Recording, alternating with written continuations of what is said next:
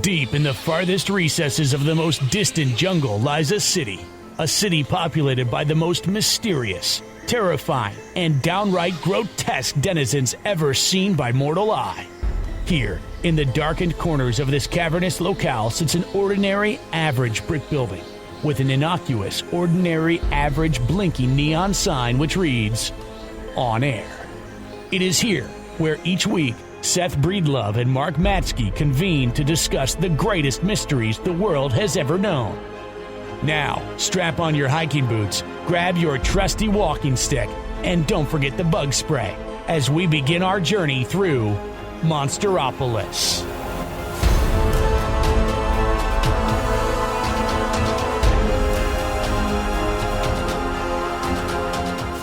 This is Monsteropolis, a show about monsters, anomalies, and legends, the official podcast of Small Town Monsters. I'm one of your hosts. My name is Seth Breedlove. I'm joined by my pal, Mark Matzke. That's me. Last week, we were talking about mysteriously missing people. We did not get to cover all the bases that we wanted to, so we're going back into it for another week of macabre subject matter. It's like a love-hate relationship with this stuff. You know? Before we get into this, we should talk about real quick if you're listening to this now, it is the day of, I believe. No, this will not be the day of. Let me think. What day is this? April 4th. What is next Friday? Okay. Yeah. If you're listening to this, the Kent Paranormal Weekend kicks off tonight, Friday, April 12th. I will be at the Kent stage tomorrow for Kent Paranormal Weekend here in Kent, Ohio. And we will be doing a screening of On the Trail of Bigfoot tomorrow night. So if you want to come out to the event, tickets are cheap. They're like $15 for the entire day or something. And you'll get to see this hour and 40-minute cut of On the Trail of Bigfoot on the big screen, which we're excited about. So come out to the event and watch some of these episodes with us. We're excited to do a screening. So the other event that's coming up in 2 weeks is the fourth annual International Cryptozoology Conference featuring Mark Matzke. Wow. Mm-hmm. Talking about a giant snake that was seen in Peninsula, Ohio. And the thing that's cool about that is it involves, as many of these stories do, a very colorful personality by the name of Robert Bordner. And I've gotten a lot of assistance from Randy Bergdorf, who is the director of the Peninsula Library and Historical Society. So it's going to be a lot of fun. We'll have a good captive audience that first night on Friday night. So before they melt down. Yeah.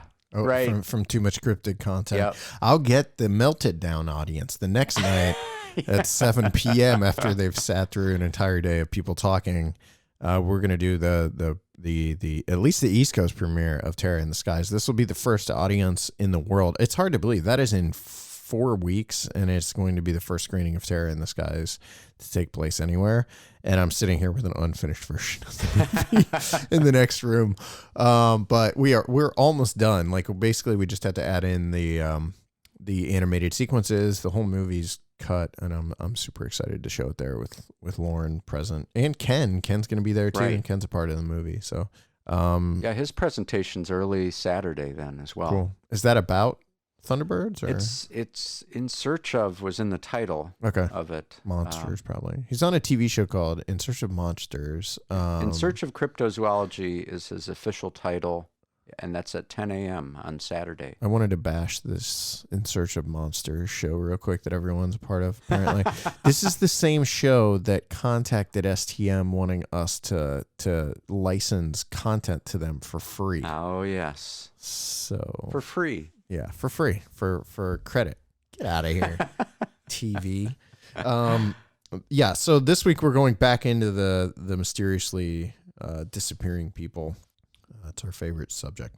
So do you want to Should we start off with Veatch? Can I start off? Yeah, let's start there. Okay, let's start with Kenny Veatch. So, actually, before I even start talking about it, I'm gonna play the audio from Kenny's video, and I found this last night. It's actually on his.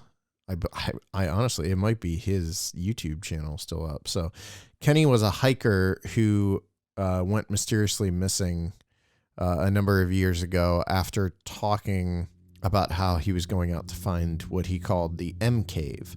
And on one of his earlier explorations looking for the M Cave, he had actually recorded this video where he talked about the cave. And so I don't think he goes into great depth here on the cave, but I'm going to play this and then we'll talk a little bit about the cave and what it seemed to mean to Kenny. Doesn't pick this up very well, but it's a long way. And I just romp around out here, do some solo hikes, and have some fun. My mission today is to just do a one-day hike. It's about a 10-hour hike. I got to still go over another ridge and then go all the way down a big crevice. It's real narrow and gets kind of scary. I'm looking for a cave that I found, and I didn't have a sidearm when I was here before. And something about that cave just spooked me. Out of all the caves I've ever gone in, this one just made my body vibrate. The closer I got to it, the crazier my body felt, and I was like, all right, I'm not gonna go in there right now, but I'm coming back someday. And I talked to some people on YouTube, and I told them, hey, I'm coming out here, because they kind of called my hand on it. So I don't know if there's gonna be anything to it, but it might be interesting. If I can find it, I gotta relocate it, and this is a big mountain range I'm in. And I'm on foot, my truck's way out there. So Kenny goes missing shortly after that video is made, and again, you can find that video on his YouTube, and I'll have to post some links to it, but I'm gonna do a quick rundown of what actually happened to him. But this was pulled from messagetoeagle.com. It's talked about, it's not unusual that people disappear, but the vanishing of Kenny Veatch, with a V, by the way, as in victory, is truly bizarre. There are several strange aspects about this case, and it's impossible to say what really happened. What did Kenny see and feel when he entered the mysterious cave in the Nevada desert? According to himself, he said shortly before he vanished, there were some supernatural forces in the cave. There are many questions and once again, few answers. The disappearance of 47-year-old Kenny Veatch remains unexplained. Kenny loved hiking, disappeared on Monday, November 10th, 2014. He told his family that he was going on a short overnight trip into the Sheep Mountains in Nevada. 1 month earlier, he had discovered a very strange cave in the Mojave Desert. He said the cave evoked a strange, possibly supernatural occurrence within him, and he wanted to explore it. Kenny wanted to show the world the unusual cave he had discovered, but he did not return home from his trip, and he was never seen again. Before his disappearance, Kenny commented on a YouTube video claiming to have found a cave around Nellis Air Force Base in southern Nevada. Kenny was a brave explorer, and he entered every cave he came across, but this particular cave frightened him. It goes into what he had wrote on, and this is actually this message to eagle.com. This is where I pulled where I found the actual link to his video there. Kenny said that he would return to the cave, bring a camera and a weapon with him. Kenny made a video, which is what we just played. What happened next is a mystery. All we know is that Kenny returned to the site a month later to find the cave, and he was never seen or heard from again. We can only speculate about what happened to him. Many people have disappeared in the desert, even experienced hikers, but what makes his case unusual is the mysterious M Cave that he was so frightened to enter due to unexplained vibrations. Was something extraordinary hidden in the cave? Was the cave much larger than he expected? Did he perhaps get lost and unable to find his way to the surface? So that's like the quick synopsis of the Veatch disappearance. The cave itself is such an interesting piece of this story because you don't often find a paranormal connection to one of these stories. Typically it's something much more sinister, but this is literally a guy setting out to find a cave that he said he felt had supernatural properties and then just disappearing. It's worth noting that he is in the desert, in the Nevada desert, which is not going to be a very friendly environment to begin with. And he's got a gun, but I mean, you could starve, you could become dehydrated. Like any number of things can happen to you when you're looking in the desert. It's just the fact that we have this added element of a mysterious cave that makes the story so intriguing. Yeah, and the proximity to Nellis Air Force Base. Yeah, I was going to say that too. Raises a ton of questions. Really makes you wonder, what vibration type thing he was feeling. If we're talking about, perhaps some weird experimental things going on out there, who knows? Yeah, it reminds me of, just a total aside, but it reminds me in some ways that video of Grizzly Man. Without the grizzlies, obviously, but the same sort of enterprising spirit, sort of, I don't know what you would say, just sort of a singular sort of personality, kind of explorer type, going out by himself. That right there is kind of inadvisable, even if he's Into the experienced. Wild would be the other, Right. Like that same kind of thing. Yeah. Like it isn't, it's not advisable to do something like that, especially in a terrain like that. And they said he was a very experienced hiker, knew his way around, did extreme hiking all the time. But I had friends that thought Grizzly Man was this is Spinal Tap style comedy for years. They did not realize it was a documentary. No kidding. Yeah, they thought it was a This is Spinal Tap style mockumentary. True story. Wow. Yeah. But yeah, that's one I wanted to get to last week that we didn't get to touch upon. And just there really isn't much to the story. A guy found a cave and then he went looking for it and never was seen again. But I think because of that, all sorts of people have gone out in those deserts trying to find him and trying to find the cave. And now it's like kind of a big paranormal legend is built up around this. Is this a missing 411 case? I don't know if it would is. be. I don't think so. Yeah. Yeah, the remarkable thing to me is the video trail. The fact that he's... Oh, you can see exactly where he was. Yeah. And like, yeah. It's a good one, though. Good story. Is. Yeah, why, do you happen to know why, did he call it M Cave? I was going to ask you that. Yeah. I thought he said the opening was shaped like an M. Okay. And I think that was why he called it the M Cave, but I'm not 100% sure. I was reading this last night in bed as I was getting ready for bed. Oh, yeah. It's a good sleep-inducing story. Yeah, it's nice. Oh, my. So I have a couple more from my kidnapping file that I'd like to share. Yeah, please. One is, of course, highly disturbing, but has great historical significance, and it's the story of Amber Hagerman from Arlington, Texas. This is January 1996. She was 9 years old, and evidently an eyewitness saw her being forced off of her bike by an unknown man into a black pickup truck. And 4 days later, her body was found in a drainage ditch and remains unsolved to this day. The media broadcasters in the Dallas-Fort Worth area where this took place devised a rapid warning system that launched in 1997 and was in all 50 states by 2005, and it's called Amber Alert. I was going to say, yeah. Hundreds of abducted children have been brought home safe. Thanks to Amber, and her remaining family members do take some solace in knowing that her unnecessary and tragic death has at least helped out, hundreds of other kids to get back home.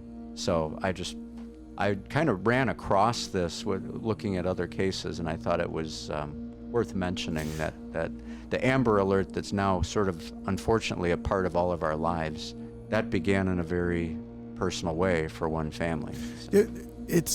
It's interesting. I'm curious to know how many people that do something like that get away with it, because they never found this guy. Like there's no leads. No, just they had enough to say it's a black pickup truck. Yeah, and it was a male. Obviously, some type of description would have been able to be offered, but not enough to pinpoint the person. And that's Texas. Texas, yeah. Okay. All right, interesting. Mm-hmm. Do you want to give another one, and then I'll get into the maybe we'll save mine for last because it's less terrifying. Okay. Well, I think what we generally try to do at some point is bring this home, and one extremely famous kidnapping that still has shockwaves in our area is the sort of the triple kidnapping of the women by Ariel Castro. Mm-hmm. The women involved were Michelle Knight, Amanda Berry, and Gina DeJesus. And this was all around 2002. Michelle Knight was abducted in 2002. In August, Amanda Berry, April 2003, and Gina DeJesus in 2004.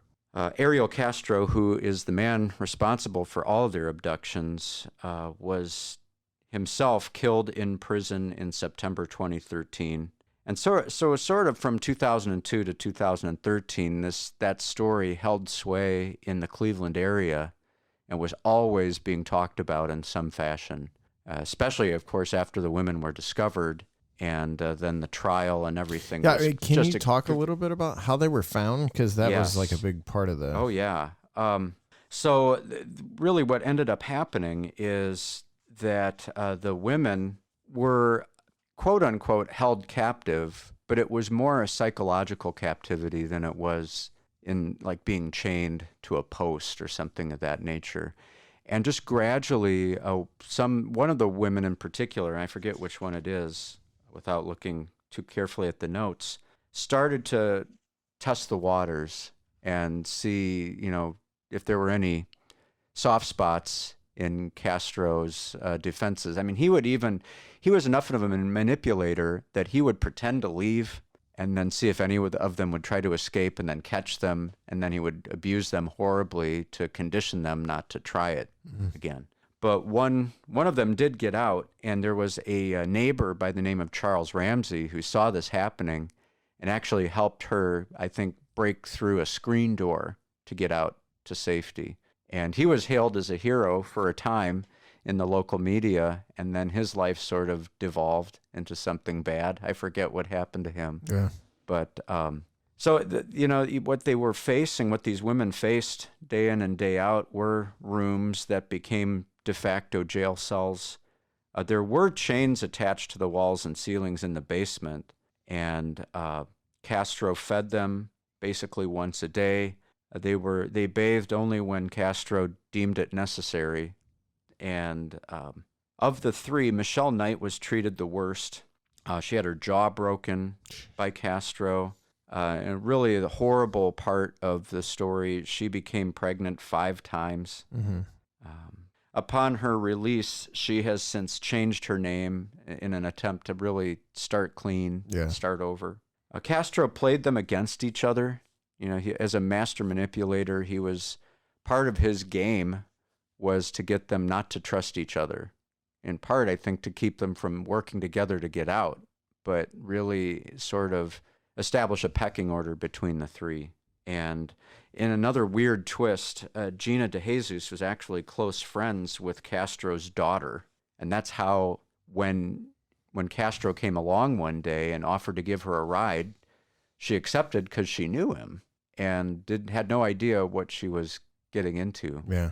By accepting that ride, except it was to his home. Well, I don't know anything about him. So he was just like kind of perceived initially as like a normal dude? Like he had... Yeah, he was, throughout this entire experience, he was a bus driver for the Cleveland public school system. He maintained a normal veneer, and he actually, to keep up the facade, he attended public vigils for DeJesus. Oh, wow.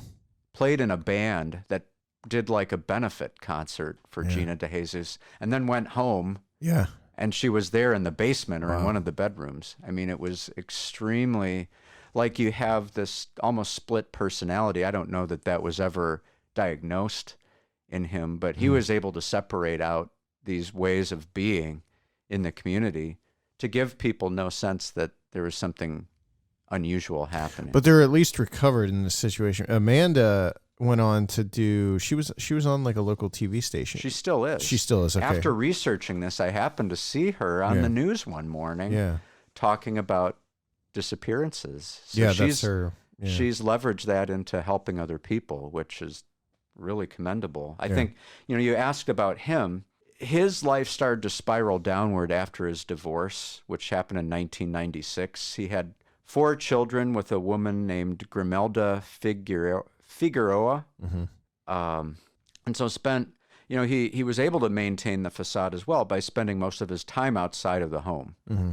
whether that was at concerts or he participated in searches for these women. So weird. It is a bizarre. Yeah, and vigils for the women. Knight would go on to write a book called Finding Me. DeJesus and Barry wrote a book together as well. And the home at 2207 Seymour Avenue was demolished on August 7th, 2013. But that hasn't stopped people from going to that neighborhood to this day to take pictures at the vacant lot and stuff. And the residents of that neighborhood really are beyond sick and tired of it. Oh, yeah. I mean, they just want to, they see themselves to this very day as a tight-knit community. They look out for each other. That's partially why this failure and this lapse hit them so hard, because they just found it beyond the pale that this could have happened right under their noses. I mean, people were in that house on numerous occasions, family members, and they heard sounds occasionally, but they thought it was a dog or a pet that was locked in a bedroom or something like that. And so, I mean, it became, in sort of their own words, a sick, polygamous, quote-unquote family. I mean, like a bizarro, very disturbing family. But that's what Castro seemed to be trying to construct for himself, you know, in the wake of one family that had fallen apart. Just formed using another. Yeah. Yeah. The Lost Colony of Roanoke, 1588. So this is another one of these stories that I'm fascinated by and I'm kind of a fan of. Most Americans know the story of the Lost Colony. It dates back to the time the Europeans began to settle on this free land that is now known as Virginia. The village of Roanoke was one of the first English colonies to be established on the soil. However, this village did not turn out to be that of a successful one. The governor of this hamlet had the name of John White. The small population of Roanoke complained about their lack of food and tools. They also contained frightening suspicions that the natives may launch a surprise attack on them. These complaints eventuated in John White going to England to later return, along with proper supplies the colonists requested. John White returned 3 long years afterward, but what he returned to was not that of a colony, but of a ghost town. The area, which was once a village, was stripped of its people. Houses and other shelters were nowhere on site. What was left behind were some small cannons, an open chest, a tall fence built around the perimeter of the former village site, and a single word inscribed on a fence post that read Croatoan. What do you know about this story? Well, there's all sorts of theories about what happened to them. I have a whole list. Oh, yeah. And they're fascinating, including sort of the one that I find the most interesting, just personally, is that they sort of were just absorbed into the native culture. Local native tribes absorbed the colonists as friends or slaves. Is the very first one. Yeah. And then after that, there were people of a certain complexion that were, you know, just seen in the area. Yeah. And to me, that's, I don't know, that's kind of in some ways, that's a very North American story. I was going to say, it seems very American in a way. Like if they were there and they were, you know, like obviously there's a chance, or like a pretty good, I think it's the most believable of the theories, is that they were just sort of absorbed into the local native tribes. And 3 years is an exceptionally long period of time. You think about 3 years in a place where you were already having a hard time surviving. So I've always thought that was an interesting. There's an island named Croatoan just south of Roanoke, and it's home to a Native American tribe of the same name. Since the settlers developed a good rapport with the tribe and they carved Croatoan on the fort's gatepost, many assumed the settlers moved to the island and were absorbed into the tribe. Another is that they may have just moved inland, perhaps driven off by Spanish troops. Some theorize they moved north to join the Chesapeake tribe, or perhaps the Chawanoks or Whippamoaks in the years after the colony disappeared. Many people reported seeing Europeans and European-made goods in the area, though it was mostly hearsay. That's the one that this list I'm looking at spends the most amount of time on. Another is that the colonists fell victim to cannibalism or practiced it themselves. Unlike the Croatoans, other Native American tribes may have been more hostile to the Roanoke colonists. There's a theory that a cannibalistic tribe could have attacked and eaten the British colonists. If true, that would explain why no bodies were ever found. That's disturbing, though. I don't want to think about that. Yeah. Edgar Allan Poe had a mysterious connection to the word Croatoan. The whereabouts of the Roanoke colony isn't the only part of this mystery. Archaeologists and historians are still trying to figure out why the word Croatoan was carved into the post, where the colonists saying the Croatoan tribe would know what happened to them. While we still don't know the word Croatoan is connected to another strange event centuries later. Not much is known about the death of Edgar Allan Poe in 1849. After disappearing on a trip from Virginia to Pennsylvania, he turned up nearly unconscious and babbling incoherently in a gutter in Baltimore, Maryland. While on his deathbed, Poe allegedly whispered the word Croatoan. And then they don't really know how he died either, by the way. Which is kind of funny. I mean, knowing Poe, he probably just did it to mess with everyone. He's laying there and he's like, Croatoan. One more in the chamber. Yeah. Yeah. Wait do I pull this one? Croatoan appears at the site of many other mysterious disappearances. By the way, I'm pulling this from ranker.com, a reputable website, more reputable website you'll never find. This mysterious word also reportedly showed up in other places. Infamous stagecoach robber Black Bart supposedly etched the word into the wall of his prison cell right before his release in 1888, and he was never seen again. Horror author Ambrose Bierce vanished while in Mexico in 1913, and the bed he slept in allegedly had the word Croatoan carved into a post. The word also appears on the last page of the logbook of the ghost ship Carroll A. Deering in 1921, which ran aground without its crew on Cape Hatteras near what was once known as Croatoan Island. And Amelia Earhart reportedly scribbled the word in her journal, found after her disappearance in 1937. So we've just come full circle. We're back. I know. I kind of feel like let's just kill everything right there, and we're back at the beginning. There's more theories about. Most of them revolve around variations of like a native tribe doing something to them. And in this case, it's an infectious disease drove the colonists mad. Reports of Native American tribes claiming to witness internal warfare among the Roanoke colonists. Archaeologists also theorized the Roanoke settlers contracted a plague. Spanish troops murdered the colonists. Colonists were sabotaged as part of a plan to discredit Sir Walter Raleigh. Colonists tried to sail back to England. Croatoan tribe executed the colonists as suspected witches, which is really just, that's just a variation on. Right. Roanoke was the site of a zombie apocalypse. Another theory some folks like to share on the internet claims Roanoke served as a ground zero for some kind of zombie apocalypse. This combines aspects of other theories that the colonists were diseased and became cannibals.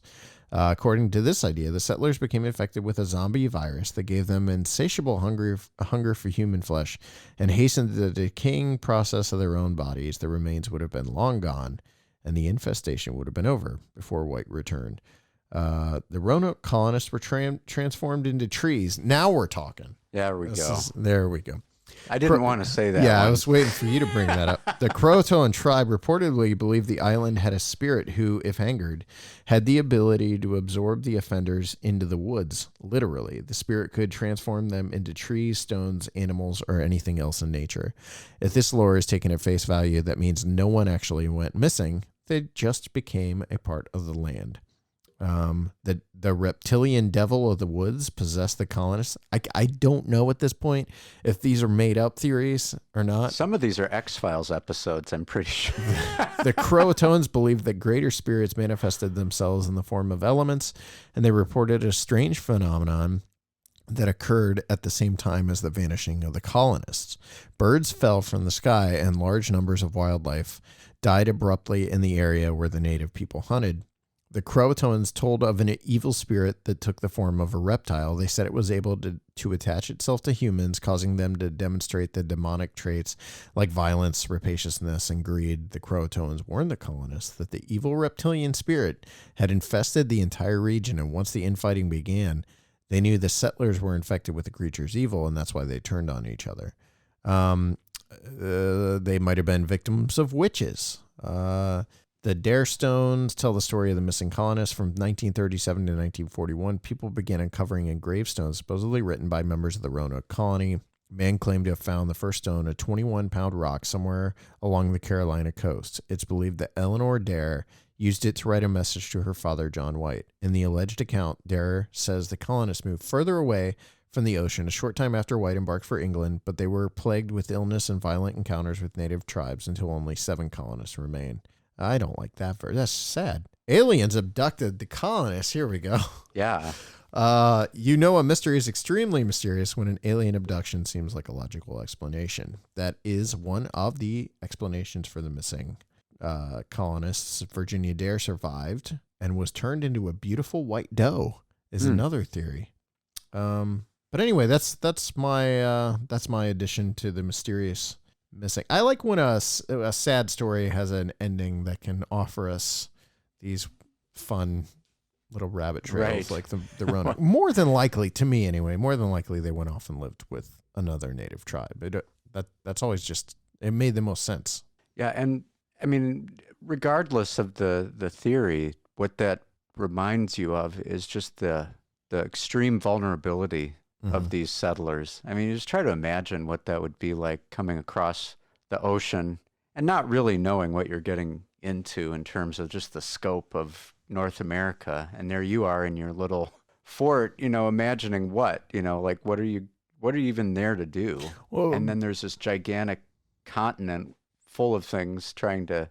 Yeah, I mean, in a way, a lot of these stories echo that. Yeah. Like, not necessarily the more, the more mundane, like kidnappings, but Veatch kind of has elements of, going into a place you don't know and probably being ill-equipped to deal with it. Yeah. And the Roanoke colonists, obviously, but the other one that springs to mind might be the American Dyatlov incident. Right. You've got these 5 kids that are mysteriously missing and found on the side of this mountain. I mean, if there isn't anything paranormal to that, then more than likely they drove up there for some idiotic reason and all proceeded to die. Unless they were taken there. So, do you want to sum up the mysteriously missing? Well, I forget if it was this episode or the previous episode, but you'd asked about some stats, and I do have just a collection of them. I think to go out to consider some of these things. Yeah. This was from 2010. In 2010, the United States ranked 6th in the world in kidnapping for ransom. Wow. It's kind of sad for a supposedly civilized. Yes. Yeah. Yes. And if you have a phobia of kidnapping, then you probably want to avoid Phoenix, Arizona. In 2010, there were 370 cases of kidnapping taking place in Phoenix, making it second only to Mexico City in the world. No kidding. Yes. So chart your course accordingly. But also another statistic that I found that I thought was somewhat significant is that a non-custodial parent abduction is by far the number one cause of child kidnapping. 40% of abductors who take children for sexual purposes end up killing them. So it's very dire. I mean, it's really very dark. And I would hate to be someone who would have to try to offer counsel to a family in that situation, because the statistics they're not good in terms of having hope. And some last comments here. I mean, these stories, some of them at least, they tap into the extremely primal fear that someone's going to abduct your child, or that someone you love is going to be there one day and not be there the next. And there was one author that wrote this sentence. I can't take credit for this, but it's really sort of haunting. It says, "It's a voice that keeps calling us back from the reality that 90% of child abuse is committed by family members and acquaintances." 90? Wow. So, it's one thing, and I think for obvious reasons, so many people, and us included, I think, are fascinated by disappearances. But kidnapping is really a type of abuse. Yeah.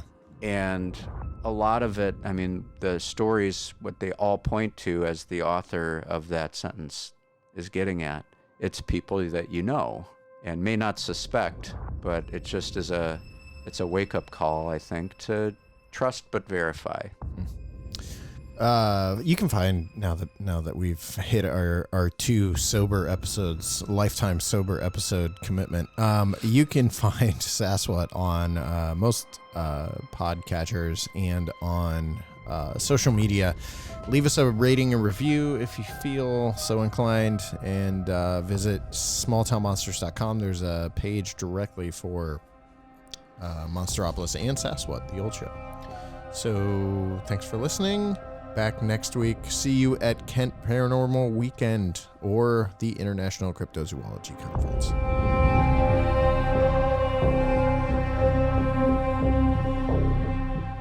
Monsteropolis is proudly presented on Wadsworth Community Radio 97.1 FM or streaming live at wadsworthcommunityradio.com. It is proudly underwritten by Thurber's Jewelers on the Square in downtown Wadsworth.